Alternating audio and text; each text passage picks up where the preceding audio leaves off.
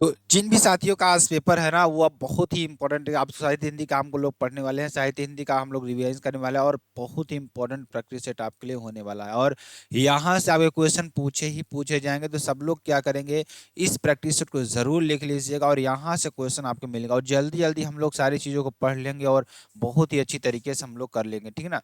समय इसमें 3 घंटे 15 मिनट आपको दिया जाएगा, और पूर्णांक इसमें आपका 100 नंबर का होने वाला है। प्रारंभ के 15 मिनट आपको प्रश्न पत्र पढ़ने के लिए दिए जाएंगे, और प्रश्न पत्र में 2 खंड है, दोनों खंडों के सभी प्रश्नों के उत्तर देना आपके लिए आवश्यक। खंड क आपका हो जाएगा। कंकाल के लेखक कौन है, जयशंकर प्रसाद आपके हो जाएंगे। कंकाल के लेखक कौन हो जाएंगे, जयशंकर प्रसाद आपके हो जाएंगे, ठीक है। और बाल मुकुंद गुप्त किस युग के निबंधकार हैं, तो बाल मुकुंद गुप्त आपके द्विवेदी युग के निबंधकार हैं। कहाँ के, द्विवेदी युग के। पृथ्वी से सप्तऋषि मंडल के लेखक कौन है, डॉक्टर शंपूरानंद आपके हो जाएंगे। और मर्यादा और टूडे के संपादक कौन हो जाएंगे, डॉक्टर शंपूरानंद आपके हो जाएंगे। और आचार्य महावीर प्रसाद द्विवेदी द्वारा संपादित पत्रिका सरस्वती हो जाएगी। और वैदेही वनवास काव्य कृति किसकी है, कैसी है, महाकाव्य है। छायावदोत्तर काल के कवि कौन है, सच्चिदानंद हीरानंद वात्स्यायन अज्ञेय आपके हो जाएंगे। और छायावदोत्तर काल का समय माना जाता है सन 1938 ईस्वी से 1943 ईस्वी तक माना जाता है, ठीक है। और दीपशिखा के रचयिता कौन है, महादेवी वर्मा आपकी हो जाएंगी। और जायसी का पद्मावत किस भाषा में लिखा गया है, अवधी भाषा में लिखा गया है। किस भाषा में, अवधी भाषा में। निम्नलिखित गद्यांश का संदर्भ देते हुए किसी एक दिए गए प्रश्नों का उत्तर आपको देना है। राष्ट्र का तीसरा अंग जन की संस्कृति है। मनुष्य ने युगों युगों में जिस सभ्यता का निर्माण किया है, वही उसके जीवन की श्वास प्रश्वास है। बिना संस्कृति के जन की कल्पना कबंध मात्र है। संस्कृति ही जन का मस्तिष्क है। संस्कृत के विकास और अभ्युदय के द्वारा ही राष्ट्र की वृद्धि संभव है। राष्ट्र के समग्र रूप में भूमि और जन के साथ साथ जन की संस्कृति का महत्वपूर्ण स्थान है। यदि भूमि और जन अपनी संस्कृति में से विरहित कर दिए जाएं, तो राष्ट्र का लोप समझना चाहिए। जीवन के बिटप का पुष्प संस्कृति है। संदर्भ आपको लिखना है। प्रस्तुत गद्यांश हमारी पाठ्यपुस्तक हिंदी गद्य खंड में संकलित निबंध राष्ट्र के स्वरूप से अवतरित है। इसके लेखक डॉक्टर वासुदेव शरण अग्रवाल आपके हो जाए। रेखांकित अंकों की व्याख्या कीजिए। संकेत में देखिए, मनुष्य ने युगों में राष्ट्र की वृद्धि संभव है। प्रस्तुत रेखांकित अंश में लेखक कहते हैं कि मनुष्य ने युगों युगों से जिस सभ्यता जिस परंपराओं का निर्माण किया है, वह राष्ट्र के निवासियों के लिए उनकी श्वास प्रश्वास की तरह है। अर्थात जिस प्रकार किसी प्राणी के लिए श्वास का आवागमन महत्वपूर्ण होता है, उसी प्रकार किसी राष्ट्र के लिए संस्कृति और सभ्यता की उसकी पहचान उसका महत्वपूर्ण आधार है। संस्कृति के अभाव में राष्ट्र के अस्तित्व पर, राष्ट्र की मूल्यता पर ही प्रश्न चिन्ह लग सकता है। बिना संस्कृत के किसी राष्ट्र के जन की कल्पना भी नहीं की जा सकती। वास्तव में संस्कृत के बिना जब जन संबंध राक्षस के समान शीश रहे शरीर के समान है। संस्कृति मनुष्य के लिए मनुष्य द्वारा निर्मित वह व्यवस्था है जिसके आधार पर मानव के अस्तित्व एवं राष्ट्र के अस्तित्व से संबंध रखने वाली व्यवस्था विचारों, भावनाओं, संवेदनाओं एवं मूल्यों, रीति रिवाजों आदि का एक दूसरे के साथ आदान प्रदान होता है, जिससे सामूहिक राष्ट्र जीवन जनजीवन संभव हो पाता है। संस्कृत में ही हमें एक दूसरे के साथ कुशलतापूर्वक रहने के लिए आवश्यक व्यवहार एवं आचरण अपनाने का रास्ता बताती है। संस्कृति का विकास ही अभ्युदय उन्नति का तात्पर्य। उस राष्ट्र के लोगों को मस्तिष्क का विकास, तभी राष्ट्र की उन्नति संभव हो पाती है। राष्ट्र का तीसरा अंग क्या है, आपको ये बताना है। तो राष्ट्र का तीसरा अंग जन की संस्कृति है। बिना संस्कृत के जन की कल्पना क्या है, तो बिना संस्कृति जन की कल्पना कबंध मात्र है। राष्ट्र के समग्र रूप में किस किस का योगदान है, तो राष्ट्र के समग्र रूप में भूमि और जन की संस्कृति का योगदान है। अथवा यह अनुभव कितना चमत्कारी है कि जहाँ यहाँ के जो जितनी अधिक बूढ़ी, ध्यान दीजिएगा, जितनी अधिक बूढ़ी है, वह उतनी ही क्या है, उतनी ही अधिक उत्फुल्ल मुस्कानमयी है। क्या है, उत्फुल्ल मुस्कान मई आपकी हो जाएगी, जो कि आपके लिए बेहद इंपॉर्टेंट और बेहद ही महत्वपूर्ण आपके लिए हो जाएगा, ठीक है। चलिए अब देखेंगे। और उतनी ही मुस्कान में यह दीपक, यह किस दीपक की ज्योत है, जागरूक जीवन की, लक्ष्यदर्शी जीवन की, सेवा निरत जीवन की, अपने विश्वासों के साथ एकाग्र जीवन की, भाषा के वेद रहेंगे भी। यह ज्योत विश्व की सर्वोत्तम ज्योत है। उपर्युक्त गद्यांश का संदर्भ आपको लिखना है। संदर्भ, प्रस्तुत गद्यांश हमारी पाठ्यपुस्तक गद्य खंड से संकलित रॉबर्ट नरसिंह होम्स नामक रिपोर्टाज से अवतरित है। इसके लेखक श्री कन्हैया लाल मिश्र प्रभाकर थे। रेखांकित की व्याख्या करना है। संकेत, यह किस सर्वोत्तम ज्योत है, तो प्रस्तुत रेखांकित अंश में लेखक को वृद्ध परिचारिकाओं को देखकर आश्चर्य होता है कि वे सोचते हैं कि ऐसा क्यों होता है, ठीक है ना। और कौन सा दीपक की ज्योति है जो स्वयं प्रज्वलित होकर संपूर्ण मानवीय परिवेश को प्रकाशित कर रही, आनंदित कर रही है। जो जितनी अधिक वृद्ध नर्स है वह उतनी ही सेवा परायण जीवन जीने वाली है, सक्रिय है, वह जीवन के अंतिम चरण में भी मुस्कान से खिली हुई एक अलौकिक तेज से पूर्ण है। ये सब किसी लक्ष्य केंद्रित सेवा परायण जीवन के प्रकाश को बिखेरने वाले प्राणियों का समूह है। आत्मविश्वास से पूर्ण इन वृद्ध नर्सों का जीवन एकाग्र साधना का जीवन है। यहाँ रहने वाली नर्सें प्रायः अलग अलग देशों की हैं, इनकी भाषाएं भी भिन्न भिन्न हैं, किंतु इनके मन में जलने वाली प्यार और सेवा की ज्योति अत्यंत अद्भुत है, जो मृत प्रायः रोगी के मन में भी जीवन की आशा और विश्वास जागृत करती है। यही इसके लिए समान और सर्वोत्तम है। यह किस दीपक की ज्योत है, आपको इस पंक्ति में क्या निहित है? तो प्रस्तुत पंक्ति भाव है लोगों के हृदय में जीवन के प्रति आशा आकांक्षा उत्पन्न कर उन्हें अपने रोगों से संघर्ष कर विजय प्राप्त करने वाले त्याग स्नेह समर्पण के किस दीपक का प्रकाश जो इस नर्सिंग होम की नर्सों का जीवन है। लक्ष्यदर्शी जीवन की ज्योति क्या तात्पर्य है? तो स्वस्थ सबल जीवन के लक्ष्य को उद्देश्यों को दिखाने वाली नर्स रूपी ज्योति लक्ष्यदर्शी जीवन की ज्योति है। भाषा के भेद रहेंगे भी, यह पर ज्योत विश्व की सर्वोत्तम ज्योत है। इस पर वाक्य पर भाव लिखिए। तो इस वाक्य का भाव है कि संसार में भाषा कारण लोगों में भेदभाव का आचरण है। ये भेदभाव की जटिल समस्याएं इसी प्रकार रहेंगी, परंतु इन सभी भेदभाव और संकीर्णताओं के ऊपर उठकर लोगों ने अपने त्याग स्नेह समर्पण और सेवा के भाव से स्वस्थ सबल और निरोग जीवन जीने की नर्स रूपी है ज्योति संसार की सर्वोत्तम सर्वश्रेष्ठ ज्योति है। पद्यांश देखेंगे, तू देखेगी जलत तन को जा वही तकता होने लोगे लोने नयन उनके ज्योति विकीर्णकारी मुद्रा होगी वर्ण वदन की मूर्ति सी सौम्यता की सीधे सीधे वचन उनके सिक्त होंगे सुधा। ठीक। नीले फूले कमल दल सी गात की श्यामता है, पीला प्यारा वसन कटी में पहनते हैं सफबीला, छूटी कली अलक मुख की कांति को बढ़ाती, सहस्त्रों में नमल तन की फूटती सी प्रभा है। उपयुक्त पद्यांश का आपका संदर्भ लिखना है। देखिए संदर्भ लिखें, प्रस्तुत पद्यांश हमारी पाठ्यपुस्तक काव्यखंड के पवन दूतिया शीर्षक से अवतरित है। यह द्विवेदी युग के कवि अयोध्या सिंह उपाध्याय हरिऔध द्वारा रचित प्रिय प्रवास नामक प्रसिद्ध महाकाव्य के अंश से अंकलित है। रेखांकित अंश की व्याख्या आपको करना है। संकेत, नीले फूल की सी प्रभा है, ध्यान दीजिएगा। प्रस्तुत रेखांकित अंश में श्री कृष्ण ने वियोग में पीड़ित श्री राधिका जी पवन का स्पर्श कर उससे वार्तालाप करती हैं, व्याख्या करती हैं।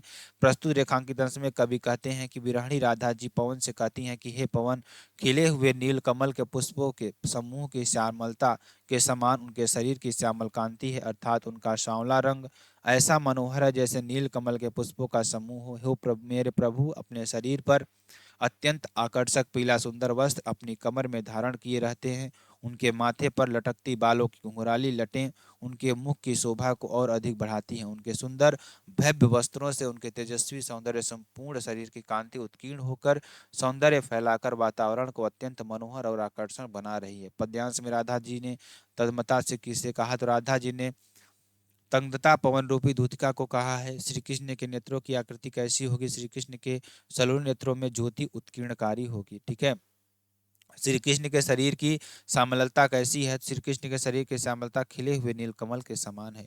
एक झटका सा लगा, सहर्ष निखरने लगे लुटे से कौन गा रहा यह सुंदर संगीत, कुतूहल रह न सका फिर मौन और देखा यह सुंदर दृश्य, नयन का इंद्रजाल अभिराम कुसुम वैभव में लता समान चंद्रिका में लिपटा घनश्याम।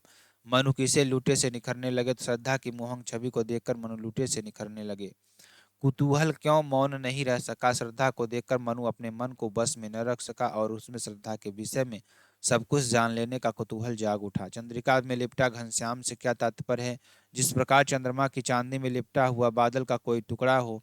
रेखांकित अंश का भावार्थ लिखिए। भावार्थ, जब मनु ने कुतूहलवश ऊपर की ओर देखा तो उन्हें सौंदर्य की परिपूर्ण श्रद्धा अपने निकट खड़ी हुई दिखाई दी। इस अभूतपूर्व और सुंदर दृश्य का था उसके नेत्रों में जादू के समान अपनी ओर आकर्षित कर रहा था।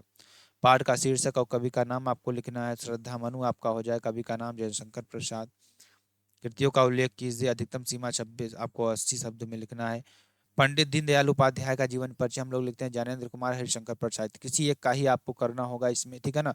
और बहुत जल्दी जल्दी हम लोग पढ़ें क्योंकि आपके लिए बहुत ही इंपॉर्टेंट आपका हो जाएगा। ठीक है। पंडित दीनदयाल उपाध्याय की बात करेंगे। पंडित दीनदयाल उपाध्याय का जन्म 1 सामान्य ब्राह्मण परिवार में मथुरा के निकट नगला चंद्रभान में 25 सितंबर सन 1916 ईस्वी में हुआ था। इनके पिता पंडित भगवती प्रसाद उपाध्याय जलेसर रोड स्टेशन से स्टेशन मास्टर थे। इनकी माता श्रीमती रामप्यारी देवी एक घरेलू महिला थी। कुछ समय बाद उनके पिता का निधन हो गया और उन्हें अपने नाना के घर गुड़ की मड़ई फतेहपुर सिकरी रहने लगे। 9 वर्ष की आयु तक उपाध्याय जी की पढ़ाई की कोई व्यवस्था नहीं हुई थी। सन 1934 ईस्वी में इन्होंने हाई स्कूल सर्वोच्च अंकों से इंटरमीडिएट, सन 1936 ईस्वी में सर्वोच्च अंकों से उत्तीर्ण की। सन 1937 ईस्वी में बीए की पढ़ाई कानपुर से, तत्पश्चात एमए के लिए सेंट जॉन्स कॉलेज आगरा में प्रवेश लिया। प्रथम वर्ष में प्रथम श्रेणी प्राप्त की, लेकिन मेरी बहन की बीमारी से व्यस्तता के कारण आगे परीक्षा नहीं दे सके। इलाहाबाद से उन्होंने बीटीसी की। सन 1942 में संघ परिचारक के होने के नाते उन्होंने शेष जीवन राष्ट्र को समर्पित किया। इन्होंने लाखों लोगों को स्वयंसेवक बनाया। ये निश्चल एवं मधुर व्यवहार से अजातशत्रु कहलाए और 11 फरवरी सन 1968 ईस्वी में लखनऊ से पटना जाते समय मुगल सराय स्टेशन पर रहस्यमयी परिस्थितियों में ये परलोकवासी हो गए। ठीक है, इनकी रचनाओं की बात करेंगे। रचनाएं देख लीजिए, ध्यान दीजिएगा। इनकी रचनाएं देखिए, रचनाओं में ध्यान दीजिएगा। पंडित दीनदयाल उपाध्याय की प्रमुख कृतियां निम्नलिखित हैं। राष्ट्र जीवन की दशा, लोकमान्य तिलक की राजनीति, जनसंघ सिद्धांत और रीति, जीवन का ध्येय, शंकराचार्य हमारा कश्मीर, अखंड भारत भारतीय, राष्ट्रधारा का पुण्य प्रवाह, भारतीय अर्थनीति, विकास और दिशा एवं पॉलिटिकल डायरी आदि आपका हो जाएगा। निम्नलिखित में से किस एक कवि का जीवन परिचय देते हुए कृतियों का उल्लेख कीजिए। अधिकतम शब्द सीमा 80 शब्द आपका। जयशंकर प्रसाद, जगन्नाथ रत्नाकर, मैथिली शरण गुप्त। जयशंकर प्रसाद का जीवन परिचय।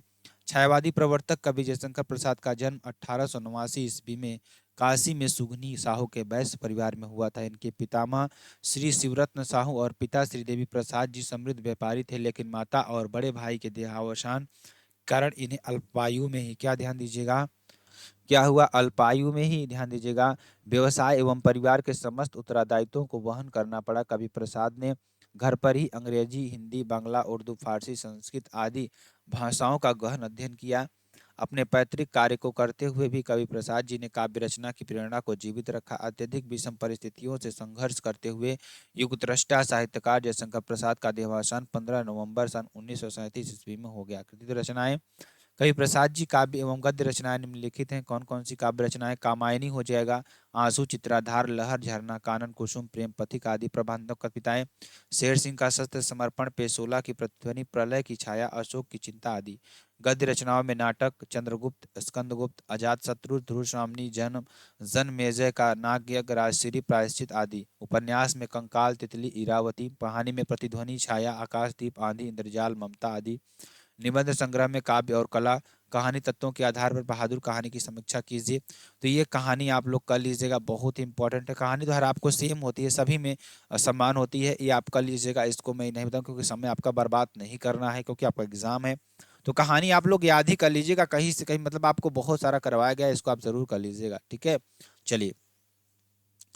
अथवा में बहादुर कहानी का भी आपको करना है। ठीक है, यही कहानी आपका हो जाएगा। और देखिए, रश्मि रथी अपनी कथा, देखिए खंड काव्य आपका आता है। खंड काव्य, खंड काव्य अपने जिले के आधार पर करना है इसको, अपने जिले के आधार पर। किसके आधार पर? जिले के आधार पर आपको करना है। ठीक है, जिले के आधार पर करना है, जो कि आपके लिए बेहद इंपॉर्टेंट है।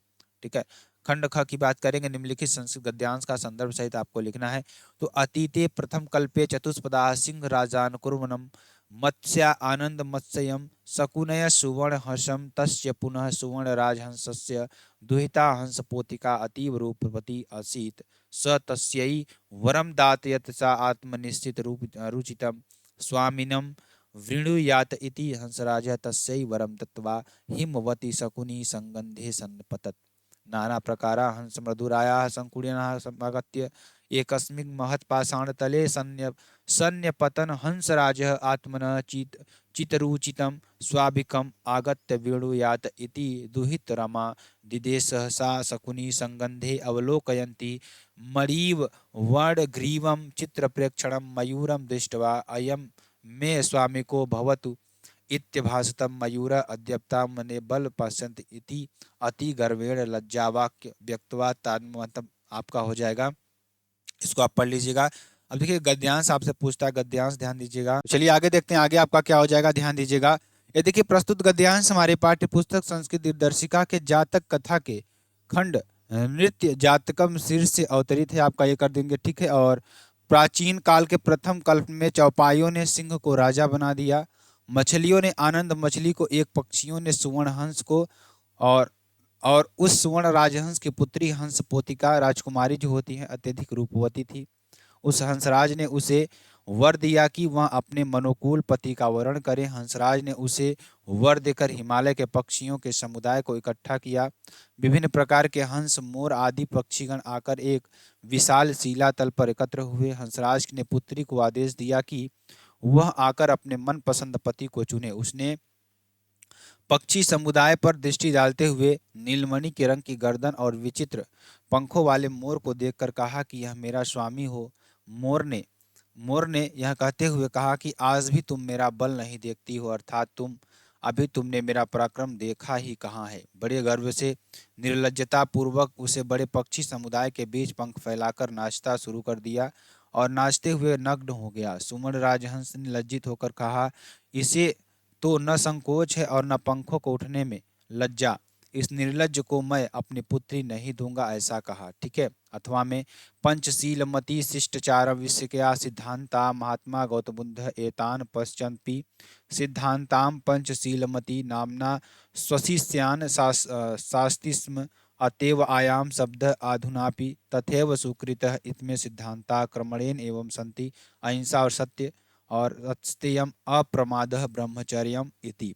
प्रस्तुत गद्यांश हमारी पाठ्य पुस्तक के संस्कृत दिग्दर्शिका के पंचशील सिद्धांता नामक शीर्षक या कंठ से अवतरित है। इसमें बौद्ध धर्म के पंचशील सिद्धांतों या मानव जीवन व राष्ट्र जीवन में महत्व स्वीकार किया गया है। पंचशील शिष्टाचार विषय से संबंधित सिद्धांत है।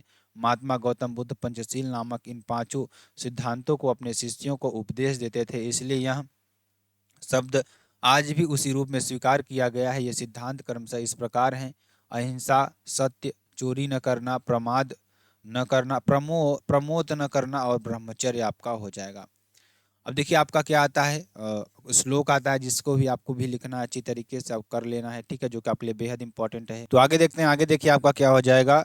भाषा सुमुख्या मधुरा दिव्या गिरवाण भारती तस्या ही मधुरम काव्यम तस्माद सुभाषित। प्रस्तुत श्लोक हमारी पाठ्य पुस्तक के संस्कृत दिग्दर्शिका भाग के सुभाष रत्नानी पाठ या शीर्षक से उद्धृत है। इसमें जीवन दर्शन संबंधी सुभाषित समस्या समझाए गए हैं। अनुवाद की बात करें, ये भाषाओं में मधुर मुख्य दिव्य देववाणी संस्कृत है। निश्चय ही उसका काव्य साहित्य मधुर है था, उससे काव्य में ही अधिक मधुर उसके सुभाषित सुंदर वचन सूक्तियां हैं। निम्नलिखित में से किन्हीं दो प्रश्नों के उत्तर संस्कृत में आपको देना है। मदन मोहन मालवीय सस्य जन्म कुत्रे अभवत। मदन मोहन मालवीय से जन्मे प्रयाग नगरे अभवत, ठीक है ना। हिंदू विश्वविद्यालय संस्थापक क आसीत्। तो हिंदू विश्वविद्यालय संस्थापक मदन मोहन मालवीय आसीत्।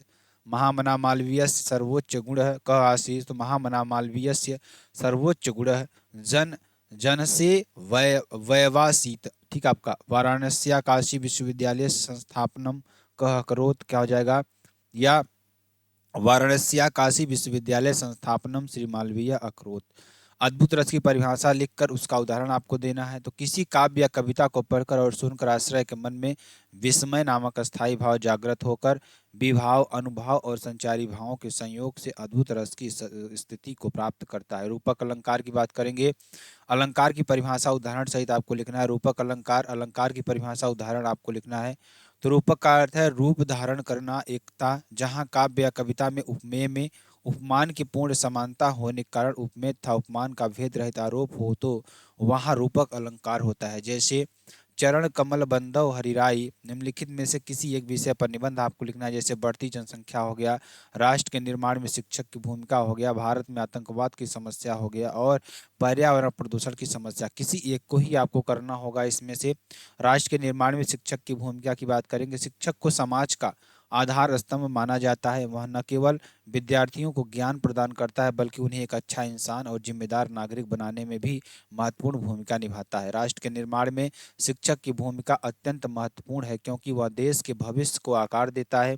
शिक्षक की वह व्यक्ति है जो युवाओं को देश की संस्कृति, मूल्य और आदर्शों से परिचित कराता है और उन्हें राष्ट्र की प्रगति में योगदान देने के लिए प्रेरित करता है। शिक्षक का प्राथमिक कार्य शिक्षा देना है, लेकिन उसकी भूमि उससे कहीं अधिक व्यापक है। वह विद्यार्थियों को नैतिक मूल्यों, अनुशासन, सहयोग और समर्पण की भावना सिखाता है। ये गुण न केवल व्यक्तिगत जीवन में सफलता के लिए आवश्यक है, बल्कि राष्ट्रीय विकास के लिए भी महत्वपूर्ण है। शिक्षक विद्यार्थियों को समाज में सकारात्मक परिवर्तन लाने के लिए प्रेरित करता है और उन्हें देश की समस्याओं का समाधान खोजने के लिए तैयार करता है। राष्ट्र के निर्माण में शिक्षक की भूमिका को निम्नलिखित बिंदुओं से समझा जा सकता है। तो ज्ञान का प्रसार, शिक्षक विद्यार्थियों को विभिन्न विषयों का ज्ञान प्रदान करता है। यह ज्ञान उन्हें आत्मनिर्भर बनाता है और राष्ट्र की आर्थिक, सामाजिक और तकनीकी प्रगति में योगदान देने के लिए तैयार करता है। नैतिक मूल्यों का विकास, शिक्षक विद्यार्थियों को ईमानदारी, सत्यनिष्ठा, करुणा और सम्मान जैसे मूल्यों को सिखाता है। ये मूल्य एक सुख संगठित और शांतिपूर्ण समाज के निर्माण में मदद करते हैं। राष्ट्रीयता की एकता को बढ़ावा, शिक्षक विद्यार्थियों को देश के विविधता और एकता में महत्व से परिचित कराता है। वह उन्हें सभी धर्मों, जातियों और संस्कृतियों का सम्मान करना सिखाता है और राष्ट्रीय एकता को मजबूत करता है। युवाओं को दिशा देना, शिक्षक युवाओं को उनकी रुचियों और क्षमताओं के अनुसार ही दिशा में आगे बढ़ने के लिए प्रेरित करता है।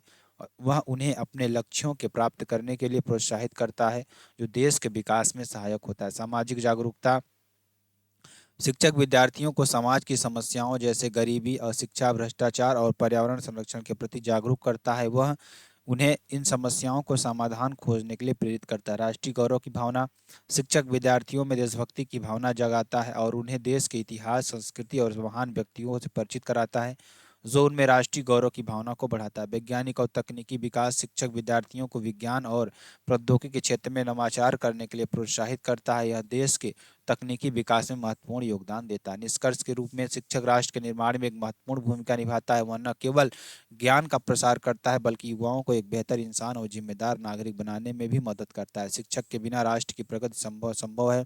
इसलिए समाज और सरकार को शिक्षकों का सम्मान करना चाहिए और उन्हें उचित सुविधाएं प्रदान करनी चाहिए, ताकि वे अपने कर्तव्यों को पूरी निष्ठा, समर्पण के साथ निभा सके। शिक्षक ही वह मार्गदर्शक है जो देश को उज्जवल भविष्य की ओर ले जाता है। झलांझस में लव धन दह हो जाएगा, भवनम संधि विच्छेद भो धन अनम हो जाएगा और उपोषित का संधि विच्छेद उपोष धन इति हो जाएगा। राजमहल में समास तत्पुरुष समास हो जाएगा, परमेश्वर में समास कर्मधारय समास आपका हो जाएगा, त्रिवेणी में समास द्विगु समास आपका हो जाएगा। सूखा पीड़ितों की सहायतार्थ अपने द्वारा संचित धनराशि को यथास्थान पहुंचाने हेतु जिलाधिकारी को एक पत्र लिखना है। जैसे सेवा में संयुक्त जिलाधिकारी महोदय इलाहाबाद, दिनांक आपका डाल देना। सूखा पीड़ितों तक संचित धनराशि पहुंचाने के संबंध में मैं आपसे विनम्र निवेदन करना चाहता हूं कि सूखा पीड़ितों की सहायतार्थ हम लोगों को अपने आसपास के क्षेत्रों से लोगों द्वारा दी गई दान स्वरूप कुछ धनराशि एकत्र की है, जिन जिसे उन लोगों तक पहुंचाना ही हमारा उद्देश्य है। आप अतः आपसे आग्रह है कि आप हमें इस बात से अवगत कराने की कृपा करें कि हम किस प्रकार किए गए धन को सूखा पीड़ितों तक पहुंचा सकते हैं।